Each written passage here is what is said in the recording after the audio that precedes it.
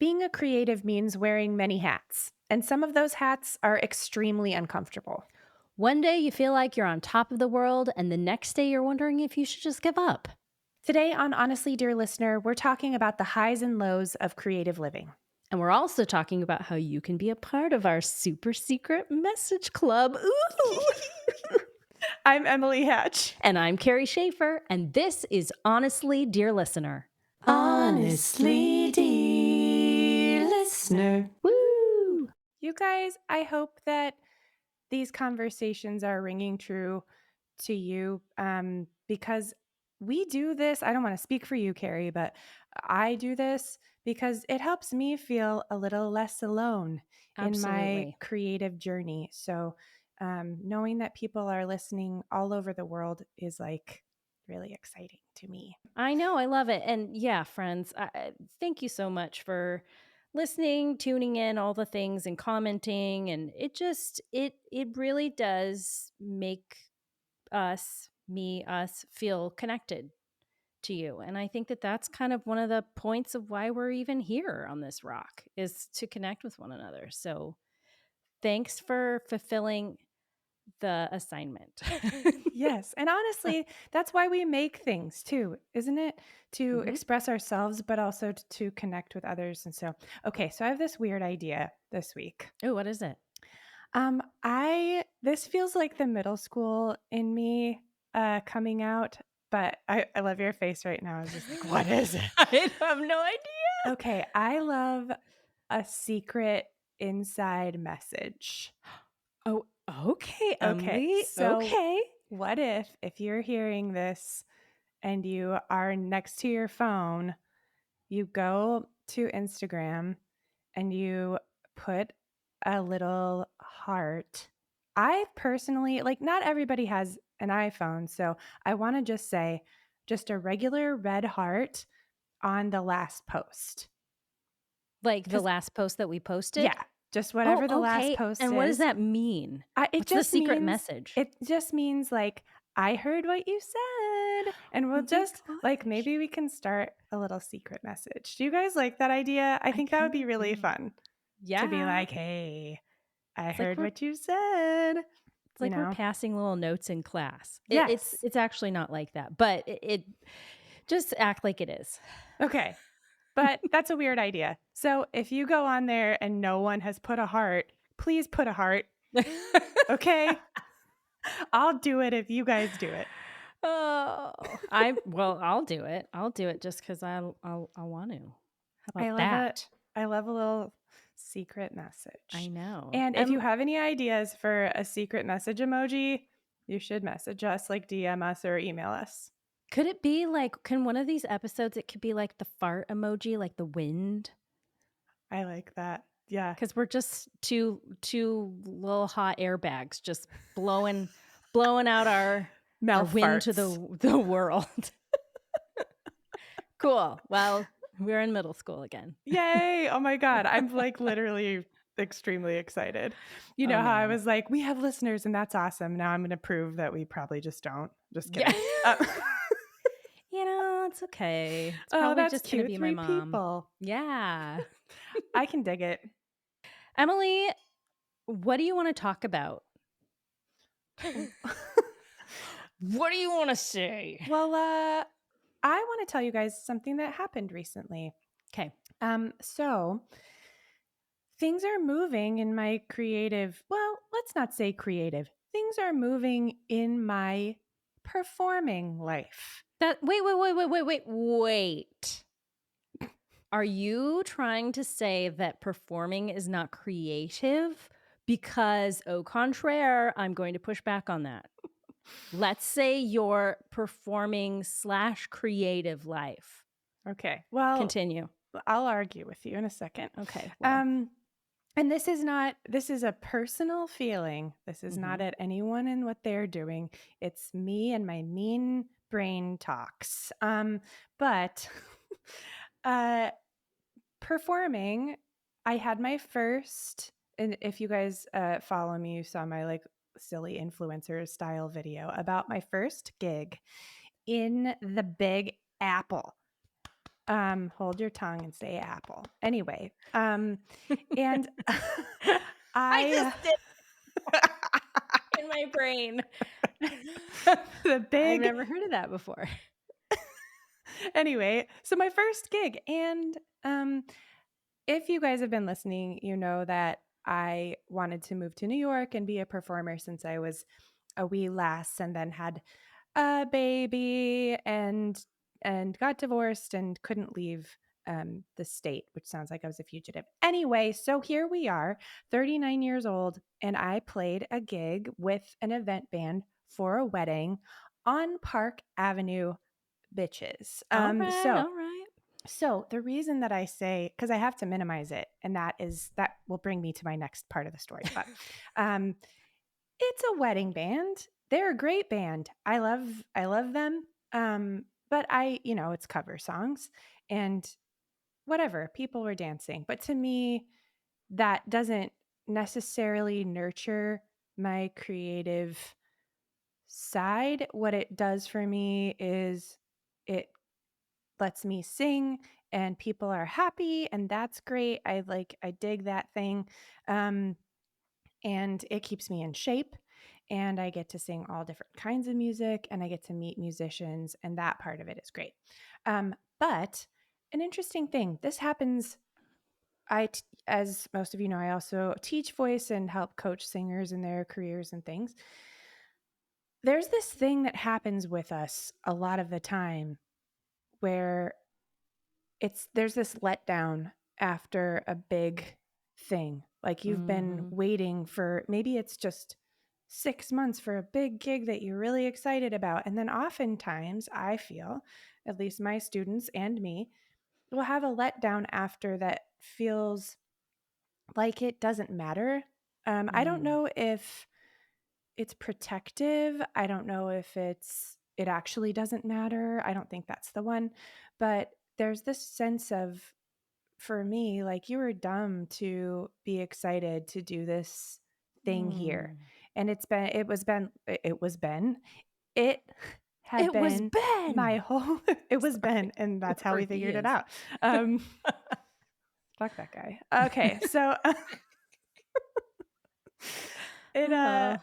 it has been an entire lifetime of mine that I was looking forward to this thing, and afterwards I was like, this was stupid. Mm. And I went to bed being like, yeah, I went out for drinks with people and they were cool and everybody was nice and it was great. But I woke up the next morning like, you're dumb. This is all you want. Like, it's like the Oh. episode where we talked about, is that all there is? I was feeling that so hard. And I was like, hold on. I don't want to be in this place with this feeling, because I'm robbing myself of getting to experience the joy of accomplishing something that's a big deal. I got paid really well to sing for people Yep. on Park Avenue inside a building. Let's be clear. Um, In the um, street. yeah, just in the street, and they paid me to leave. Just kidding. So I decided that I would sit down with a piece of paper and write all the things that were good about the gig, because all I could do was think about the fact that I was singing in a wedding band and no one cares, and I Mm. people didn't tell me I did a good job, and it, whatever. So I was like, okay, time to stop that list. Mhm. I know that one really well. Let's sit down and make the list of all the things I was proud of and happy Mm. about. And I made that list. So And I was what like, what were some of the things on the list? Um, I got to sing in New York. I got to meet really cool musicians that were talented. People were happy. Um, I'm a singer, like I'm a gigging singer in New York. Uh, and you know, things like that. Okay, so get this. I used to work for a law firm, and I made as much money at this gig in the 8 hours I was there than I used to make in a week At the at law the law firm. firm. Wow. okay, that's Yeah? cool. This is a good job. Good job, Emily. And then I made my little video and I was like, oh, yeah, it was a really good day. Durr. That really rescued me from my pit of despair. Um, Mm. so, yeah, I think, I don't know if you guys relate to that stuff, but I feel like sometimes when we accomplish something, it there is that like letdown of, Mhm. oh, it's over. I mean, for some of us, it's like, I don't have anything else to look forward to now. Um, for me, it isn't that because I tend to be a person who will like make something else to look Mhm. forward to. For me, it's like self deprecation and you're an idiot for being excited.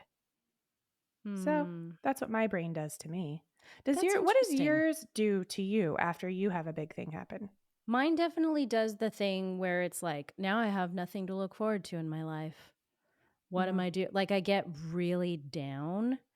And I think what it is, from what I understand, listening to people that know way more than I do talk about dopamine, with dopamine, your body's always trying to return back to normal levels, mm-hmm, always trying to come back to stasis. So when you do a big dopamine dump, like I'm riding high, you're high up on that and that mountain, where you're so excited. There has to be an accompanying fall of dopamine before mm, you can come back to stasis. mm-hmm, Um, and so understanding that that's how the brain works has helped me realize no, no, no, this has nothing to do with whether, you have something to live for or not. This it has nothing to do with that. It has everything to do with you just had a big dopamine spike and now you are just riding the wave down and then back up again to stasis. So just like hold on, little Carrie, because you're not going to stay down here forever. But I have it every mm, single show I've been in, when I've done theater, when I've done choir, whatever it is, I always get that. And it corresponds to how much fun and how much excitement I've had, which makes sense because mm, the higher the dopamine spike, the lower the trough mm-hmm. of coming back to stasis. Gotcha. Yeah, I that makes so much sense.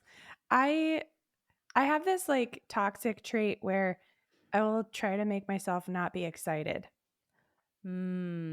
So So, you rob your own joy. oh yeah. Yeah, I get that. I think it's like a don't get too excited because it's not that Mm, big of a deal. First of all, don't get too excited so that you don't like make yourself sick because you're so excited that you freak out. And mm. then don't get too excited because um you're going to feel like an idiot at the end of this. So I think I try to like preemptively do the dopamine like, well, I can't crash because I'm not happy. Um Oh, I see. On that upward spike, like you're going up to that high peak of dopamine, you like try and tamp down the dopamine so that you don't have the trough at the other I end. think so. Interesting. Mhm. Okay. Like The I can't think this is very cool because it's not that cool. I'm very like hipster with myself. huh. S- I mean, in some ways that that's it almost seems like that's your mind and your body trying to preserve your stasis, Mm, but at the same time at the expense of joy. yeah.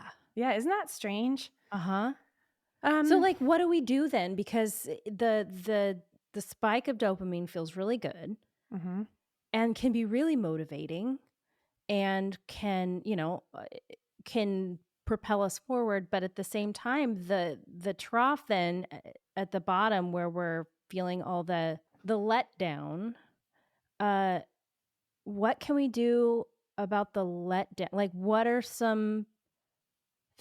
coping strategies that you use for the letdown? I mean, a lot of it is to like The making the list thing helped me so much. It brought me right back really fast because I was like, you're allowed to be happy Mm, about what just happened. And here's the reasons that you are grateful and that you are happy. So that also goes back to our talk about gratitude, that gratitude allows us to experience joy and kind of put it outside like our mm, like our doing, if you will. So it's like it's something that happened, like it exists outside of me. It's not just like about me and whether I'm good or not and I should be happy or I shouldn't be happy. It's like look at the evidence to show yourself you can be grateful, you can be proud. Look what happened. These are good mm. things, you know. That Yeah. helps me a lot.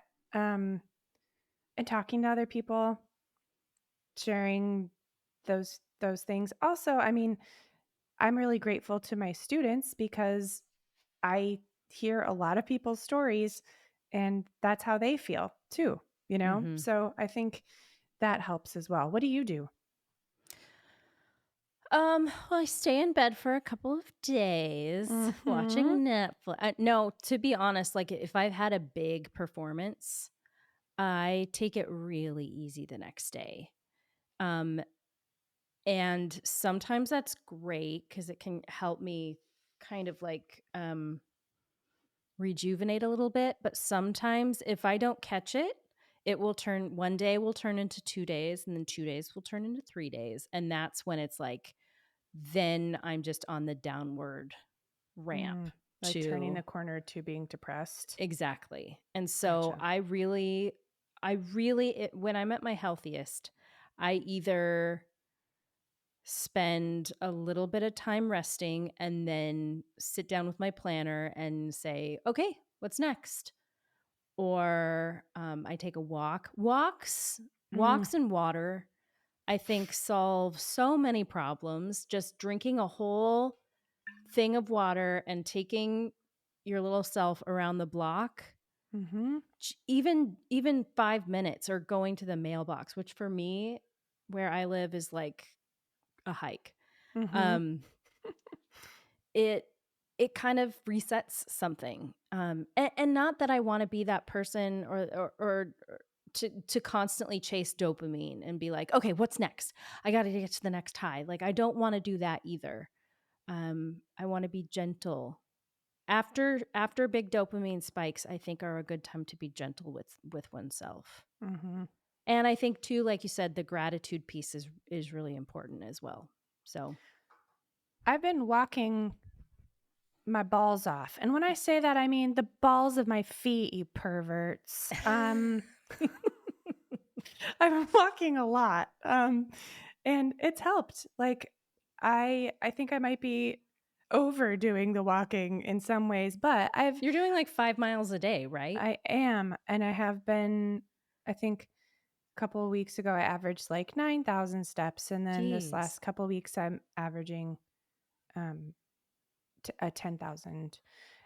So what I'm doing, I am very lucky and I worked really hard to create a life where I had flexibility. Mm, And I still have to work a lot, but I can do it pretty flexibly. So if I'm like between tasks, I can get up and go for a walk. And when I do that, I use that time to make phone calls if I need to, sometimes just to clear my head for a few minutes. If I have a gig coming up, which I do now, yay, I have made a playlist on Spotify and I listen to the songs. So it's like a form of rehearsal. So I don't feel guilty for just walking for an hour and a half a day or whatever. I can do some of it in silence for my brain, and then I can also move my body and rehearse or make phone calls, you know. yeah. So that's worked really well, and it's made me feel so much better, and Yeah. it makes me want to treat myself better too because then like if I feel rested, I'll want to walk. If I feel like I've eaten enough, it feels good to walk. It also is like I'm just sharing everything about myself right now, but I was having an issue with not really wanting to eat and feeling really weird and sad. Um walking has like stimulated hunger again so that I Nice. actually want to eat food, which is nice. So yeah, I think a walk, as they say on the internet, for your stupid mental health Mhm. is like really good. Yeah. I So love yeah. that. Um, are we allowed to talk about the fact that you've been writing again? Yes. Yay. I think we can. I think hopefully, I'm really crossing my fingers on this one. It almost feels like the writer in me is a scared little rodent that's down in a hole, and if you talk about it too much, then like it just like wants to run back into its hole. Maybe that's not true. Maybe that's a lie that I tell myself though. Hmm. Like to my friends, I've been like, "So I'm writing again, but don't make a big deal. Don't make a big deal. It's not a big deal." And they're like, yeah, totally, not a big deal, you know. And so, And then there's me just being like, oh my God, that's amazing. so years ago, this was in 2011. I did a thing. It's called NaNoWriMo. It happens every November, and it stands for National Novel Writing Month. You can check them out at nanorimo.org. It's really cool.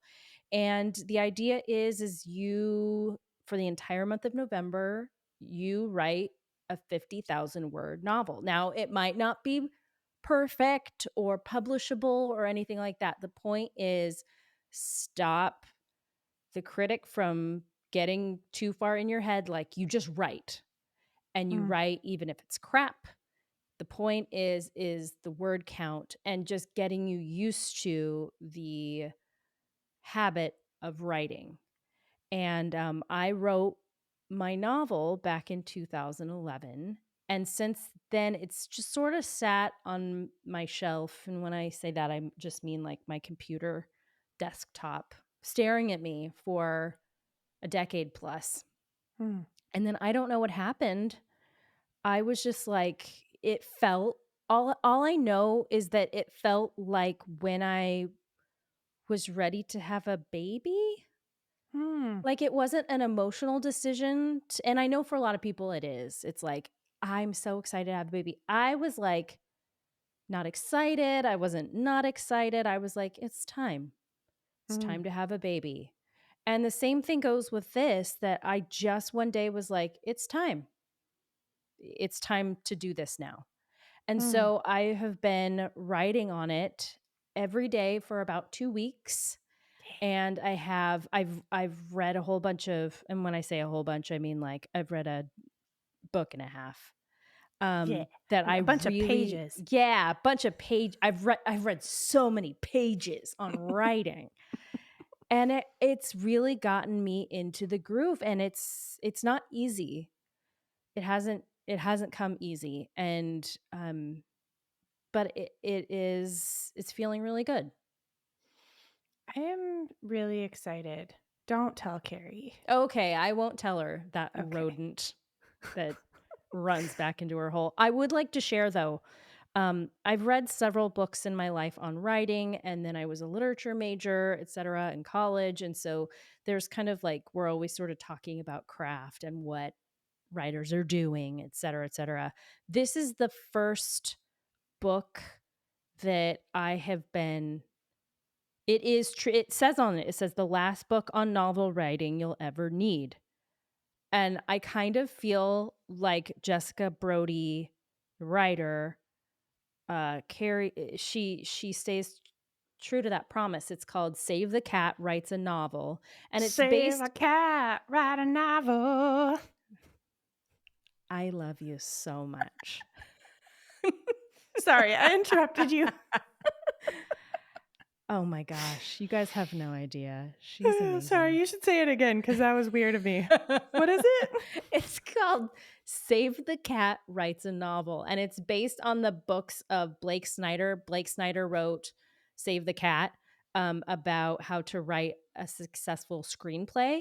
And then Jessica Brody, this writer, took his ideas and was like, here's how you use those for writing a novel. It's truly if you do not know where to start in writing a book, this is such a good resource. She doesn't waste your time with all of this like backstory and explanation. She gets straight to the point and she's like, here's this, here's how it works, do it.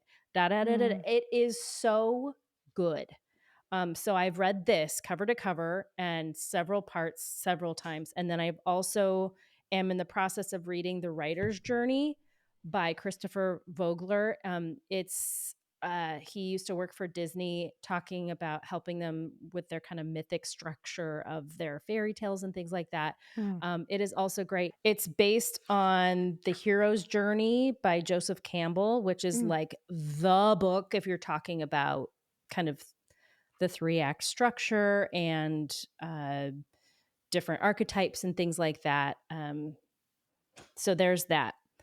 I just had to put those things out there because writers, we can talk ourselves out of anything. Mm. And Mm. writing is such an easy thing to talk ourselves out of. In fact, and this is the last thing I'll say about it, in The Writer's Journey, Christopher Vogler says something that stopped me in my tracks. And I think that this, so I wrote it on a little pink 3x5 note card. Yay. I think that this applies not just to writers, but I think this applies like anyone in art is telling a story. If you do art, you're telling a story, Mm-hmm. one story or another. So, like when he says writer's journey or storyteller's journey, just be like, yeah, I am a storyteller, even though maybe not all of you write novels. So he says, others have been on the journey before you, the writer's journey, the storyteller's journey. You're not the first, you're not the last. Your experience of it is unique. Your viewpoint has value, but you're also part of something, a long tradition that stretches back to the very beginning of our race. The journey has its own wisdom. The story knows the way. Trust the journey, trust the story, trust the path. Mm. That's amazing. I think that we have to get out of the story's way, though. Like, there's so much in the writing of this story that I am just like, get out. Stop trying to control all the things. Mm-hmm. Let this scene be what it's going to be. Get out of the way. Mm. That is so tough. So just before we recorded today, um I posted something on TikTok and I was like, 85% of singing is in your head. And that's being a creative, in my opinion. So much of it is just learning that you are worth making something, that your opinion on it matters, that you could just let your body and brain do what they do. And Mm. then maybe 15% of it is like learning how to do something well, in air quotes, like putting it together, or like for singers, like technique or vocal health or things like that. So much of making things is learning the way that your brain can create the obstacles, and for you to be able to, if you can't tear them down, go over, go under, and keep moving. Yes, 100%. And that's exactly how I'm feeling about this process of writing is I swing back and forth between, oh my gosh, I can totally do this. Like I'm reading other books and I'm like, I could do that. I could do that. And in not like like an egotistical, like I'm better than them or anything like that, but it's like Right. noticing that I'm, in a room of my contemporaries or could be my contemporaries and Mm-hmm. feeling buoyed by that and feeling hopeful by that. So swinging from that to who freaking cares what you have to say? Mm-hmm. Like, who are you? You're some girl from a small town in Colorado. Like, no one cares. Who are you? Mm-hmm. And so I go in between, I swing like on a chandelier back and forth between these two extremes. Mm-hmm. And I think for a while I was waiting for the mean voice to stop before I started writing. Mm.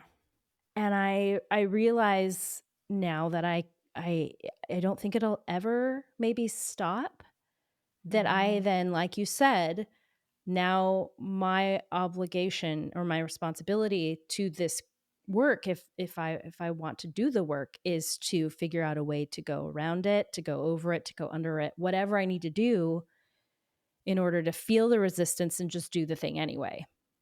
Absolutely. Ooh, that's so powerful. Um, you know, I have had some conversations with friends and students recently, and this keeps coming up. What if I what if I don't have what it takes? Oh, yes. Yes.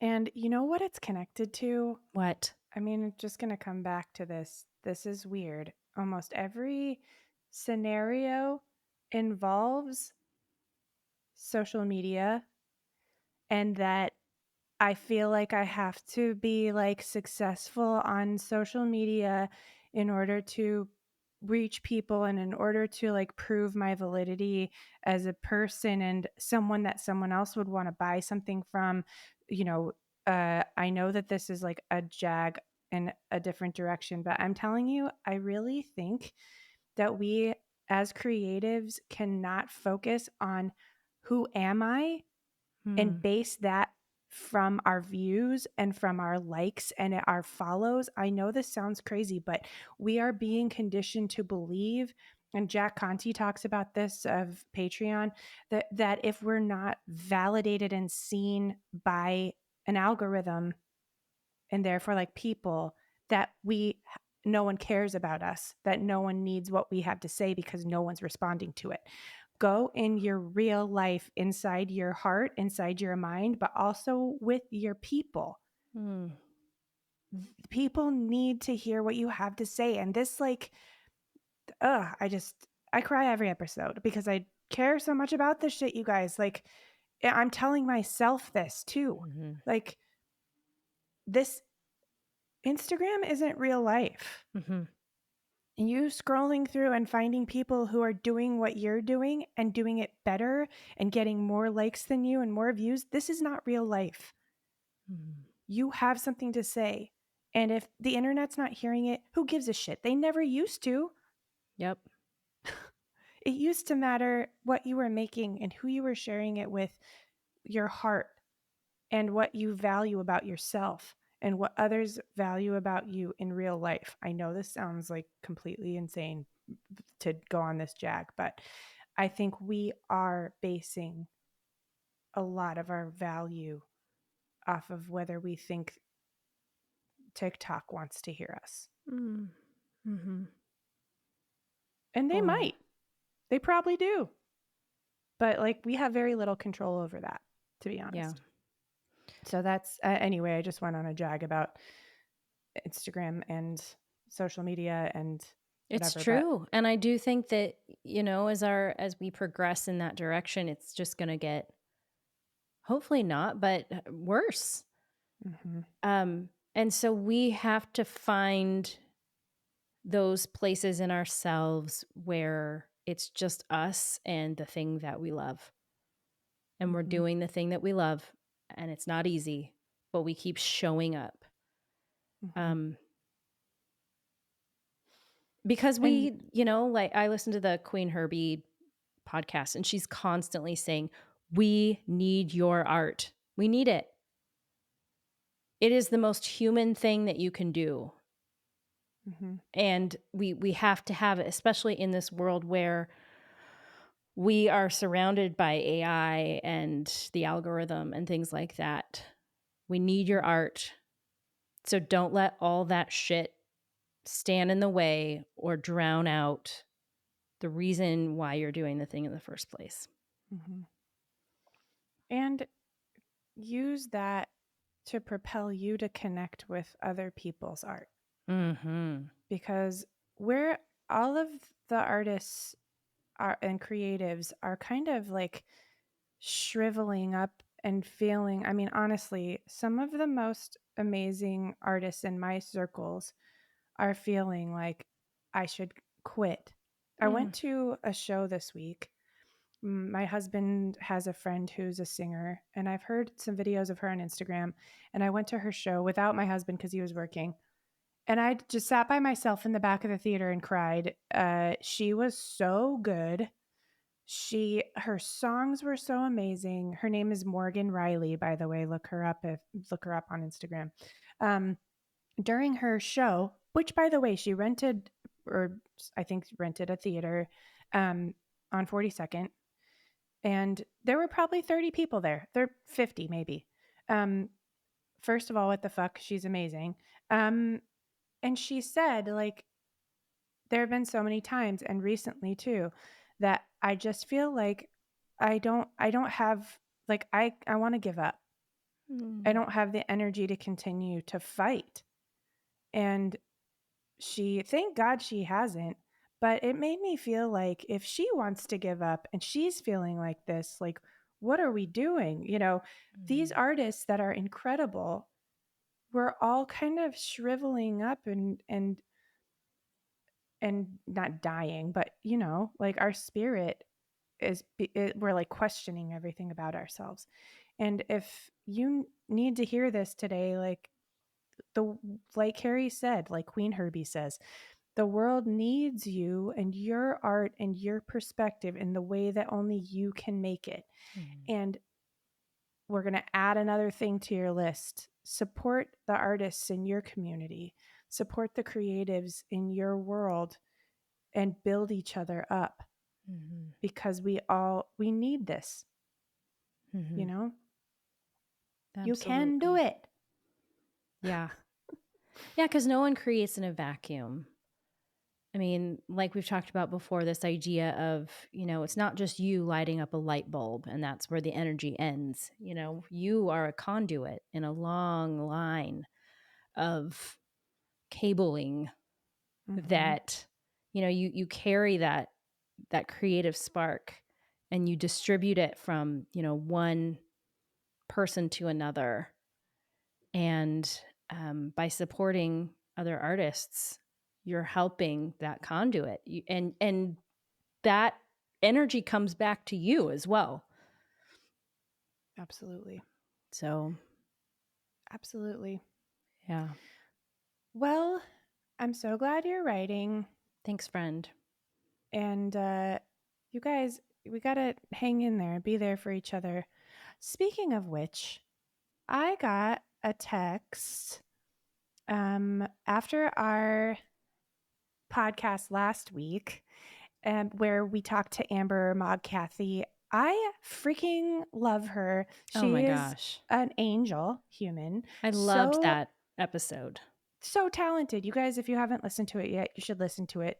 One of our listeners messaged me and was like, are you just reading my life every week? And that really like blessed my heart to know Hmm. that I'm sorry that our listeners going through that stuff, but also to know that we're reading people's mail, essentially, because that means like I'm reading my mail. We're all going through very similar things. You are not Mhm. alone. So thank you to the listeners who reach out to us. But yeah, please reach out to us, share what you're going through. Mhm. It helps us to know, obviously, that you're listening, but it helps other people too, to know that they're not alone in their experiences. So Mhm. um follow us on follow us on social media. And remember our secret message. Oh yeah. We're like in Um, a little club, a I fun know, little I know.